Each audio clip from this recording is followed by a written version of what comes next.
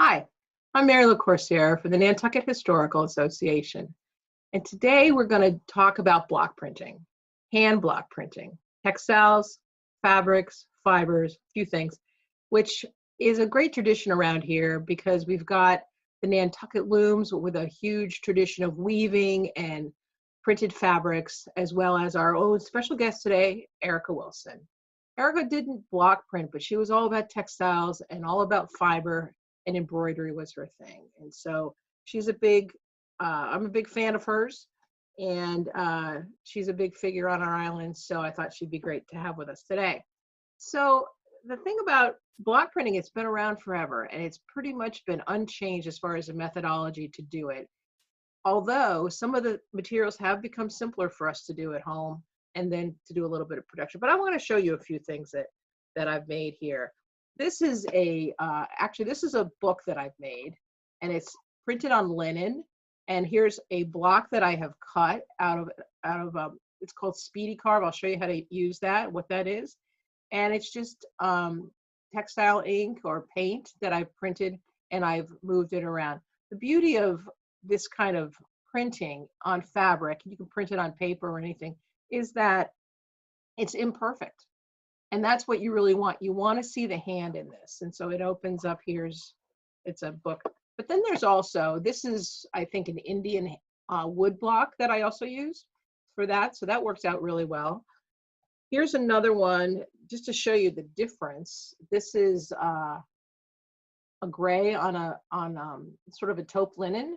And it's also, what I did on this one is I have a block, and it's graphic in nature, and I turned it as I printed it. And so it created a pattern. You can print these things like static so that they're all the same, space them out, or you can turn them as you turn around. So it gives a pleasing effect. And here's another one. This is 2 colors, or actually more than that. I printed a grid. I just cut out a grid out of the block, printed that down, let that dry, and then I did another block on top.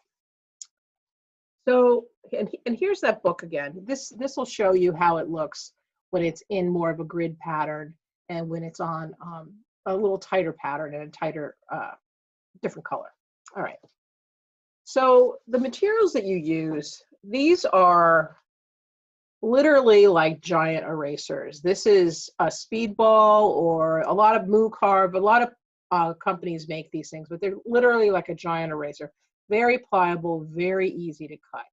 So this is and you can get a design kind of anywhere inspired from anything. This is actually inspired by the gates at the Greater Light. They have a really incredible patterns there. So I grabbed some images from that and just drew them on and cut those. Here is the one that we're going to print today, which is the one I showed you.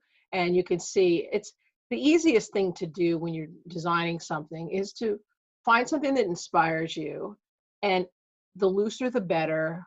If it's graphic, it's better. Lots of Indian prints and geometrics, anything like that makes a really good place to start. So the material that we're going to use is, so like I said, it's this speedball material, which is pretty great. And the first thing we're going to do, let's get a design. So I've picked out this is actually a compass, NHA compass. And I want to transfer the design to my block. And the way that I'm going to do that is I'm going to take a 2B pencil or something that's relatively soft. I had one here, so here it is. And I've literally just made a carbon out of the back. So I just literally covered the back with the pencil, which is graphite.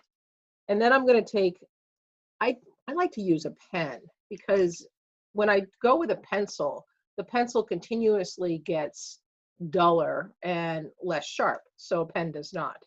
So I'm going to come here and you can use a ruler, or I would recommend just keeping it as loose as possible your first time out.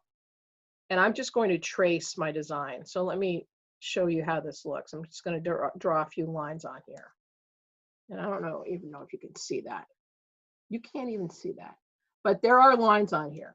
The other thing I can do, so that's a way that you can transfer. If I had my camera crew was here, you'd see that. My hair and makeup people were here, you would see that too.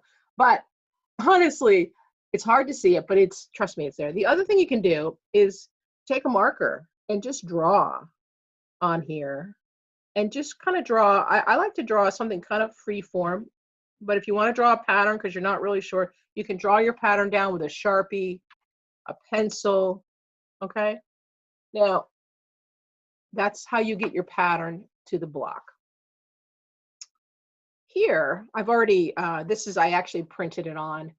So the cutter that I'm going to use, so you can see this is what I'm going to do is I'm going to cut away the white area and keep the black, because that's what's going to print. So whatever I cut away is not going to print, and whatever it remains will print in whatever color you use. So this is a linoleum block cutter, and it's cool because it's a holder and it's a cutter in one. So you open your end and you've got a variety of points to choose from. So I put one in here, and you can hear it. I've got the rest, they store right in there. And just be careful because it's quite sharp. And I'm literally going to push away from me, and I'm going to press down, and I'm going to turn. If I'm doing a curvy line, sometimes I just like to turn the block itself and hold my hand still, like so. And I'm going to continue to cut that out. And it's very satisfying because it's like cutting butter. It's great.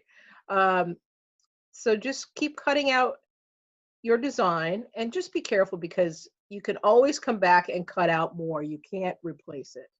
So just be careful. So you can see here where I have cut out this area and left this area here, and I'll cut this out as well. So I would continue on with this, cut everything out. And usually what I like to do is cut it knowing that I'm going to have to come back and test it out and probably touch it up. So you can start, and this material is available at at our local Create store here on Nantucket, as well as any art store. It's pretty available. Okay, I can speak. So those are the tools we're going to use. I recommend doing something graphic, something simple, because if you start to print it in a pattern, so if I come on here and I print it, and then I turn it, and then I turn it, and I turn it. So a very simple design will get a little complex pretty quickly and be very effective. Okay, so here it is in white. Here's another company that makes it. So what I'm going to use for ink is, there's a lot of different things that you can use. Speedball makes a lot of ink. You can use a fabric ink, which is what I would recommend if you're going to do it on a textile. This will also work on paper, but we're kind of focused on textile today. And so that's what this is. If you want to use a regular paint, hold on, got this over here. And you want to, because if you want to use it on a fabric and you want to use a regular tube paint, you want to use a paint that's got a little bit of body to it, something a little stiffer that you would get out of a tube. And you can add, this is a textile medium made by Johanna. And what this will do is you add a little bit to your paint. There's a little proportion here that tells you what to do. And then it will make it so that you can launder your fabric and your pattern won't go away.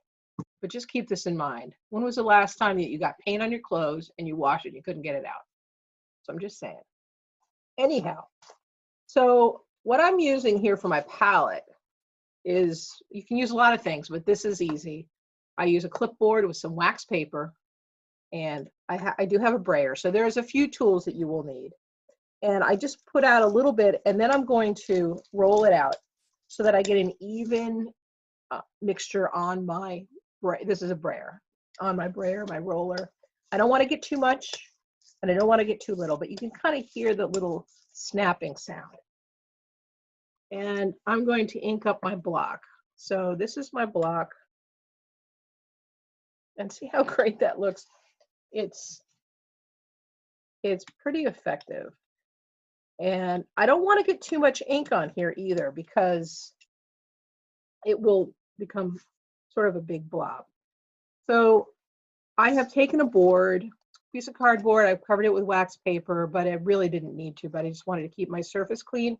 I've taped my fabric down, and just to kind of keep it flat. The other thing you can do is you can use a bigger piece. You can use uh, a tea towel, a pillowcase, a pillow cover, something that's already made that doesn't have a pattern on it, and use it. So this is kind of going to be great. So what I'm going to do is I'm just going to put this down here, and I am going to just press it down with my hand and hope for the best, because you never know what you're going to get. That's the beauty of hand printing. Okay, there's a lot of companies that still do this and really make gorgeous things. Okay, you ready? The big reveal. Here's the surprise. Okay, so it's a little bit light, but that's okay. So I'm going to come back, and I'm going to, that's done. So that's, I might want that a little darker, but there's nothing I want to do about that now. And once you have everything printed, as Julia Childs would say, who's to know, who's to notice? So I'm actually going to, this pattern's pretty similar, but I am going to turn it. And sometimes I mark my blocks so that I know how to turn. I didn't tell you that I've actually taken this block and I've mounted it to a piece of wood so that as I'm printing, I've got something to hold on to. Makes it a little bit easier. And I'm just going to eyeball this. But if I was going to do a lot of printing and I wanted to do a big piece like I showed you the other ones I did, I would mark them out so that I could get a repeated pattern. Ah, there we go. Look at that. See? Okay, so, and then I'm going to just continue on, and I'll just continue to ink this up, not too much, and it's a feel. You might want to have a little piece of fabric on the side so that you can test it out, but it doesn't take much, and it's really a lot of fun. So just think about taking all the plain things that you have in your house, your aprons, your tea towels, your dish towels. How much more fun would it be to do dry dishes on something like that? So that's how to make a hand-blocked fabric. And I hope you like it, and I'd like to see what you guys do. So show us on ACAT History at Twitter, Facebook, and Instagram. And thank you, Erica. And of course, we have our other guests who are always here with us too. So hope you guys enjoyed this, and hope this inspires you to make something while we're still in our we're not really quarantined. We are just staying at home. Okay? Enjoy. Thanks so much. Bye-bye.